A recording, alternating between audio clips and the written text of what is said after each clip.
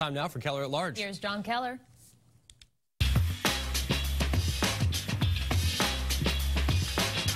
Well, good morning. Thank you for joining us, and go Patriots. Well, as of last Thursday, we are just 5 months away from the era of legal growing, sales, and use of marijuana for recreational purposes here in Massachusetts. And here to give us an update on the difficult process of implementing the law voters approved in 2016 is Steve Hoffman, Chairman of the Massachusetts Cannabis Control Commission. Steve, welcome.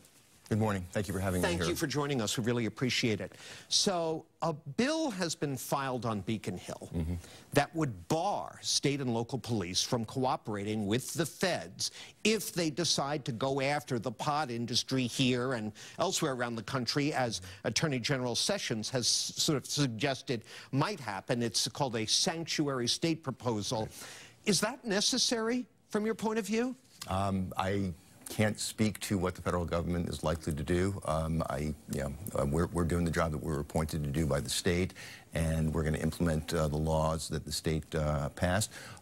What the federal government's going to do is not something that we're speculating on. Well, let's broach it this way. Sure.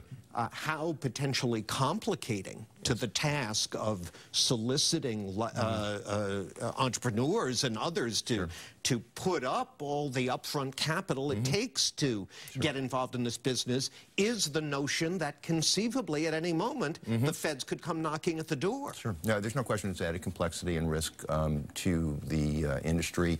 I can't speak to how potential investors are thinking about it otherwise, other than if I was in their shoes, which of course I'm not. I cannot invest in this industry, let me make clear. But if I were in their shoes, I'd be doing a risk assessment compared to what the potential returns are and making an informed judgment. But the risk profile unquestionably has changed. And so people's analysis of the risk versus return unquestionably has changed. I can't anticipate what the impact's going to be, but I'm still sure we're going to get plenty over the next few months. We're going to find out. And I'm sure we're going to get plenty of applications. Now, reading up for this interview, I noted that you voted against the ballot question in 2016. Why? I was a private citizen. Didn't know that this commission existed or anything about this. I certainly didn't anticipate being in this chair. I voted against it because I was very concerned that it was a very complicated issue and the time frame to implement it was very short. I support the objectives of the initiative in terms of eliminating or minimizing the black market, of making this accessible and safe, generating jobs and tax revenues for cities and towns around the state. So I supported the objectives. I just thought the time frame was very short.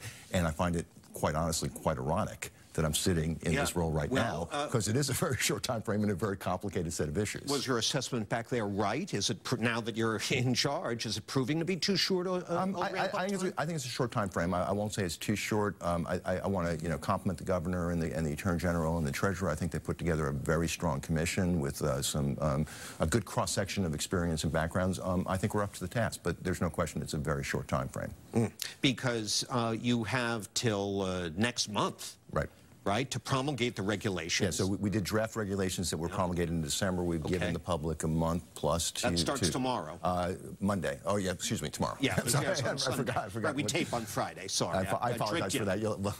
In any case, yes, we're starting on tomorrow with 10 days of 10 public hearings around the state. And so people have had a chance to review our draft regulations, come up with concerns or questions. We're going to go around the state, hear those concerns, and then we'll meet in public as we have all along and debate the draft regulations and debate whether we think that there are any changes or modifications required based upon the input we've heard, not just from these public hearings, but we've been hearing from elected officials. We've had meetings with industry associations, with advocates. We're taking all of that and we're going to weigh that and we're going to make a judgment about whether we need to modify.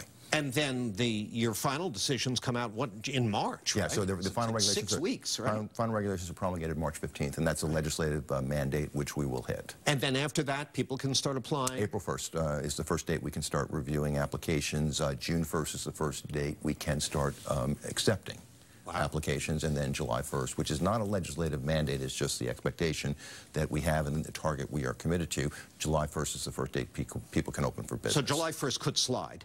If we're not ready, it will slide. I mean, it's more important to do this right than to do it on time, although right now we think we can do both.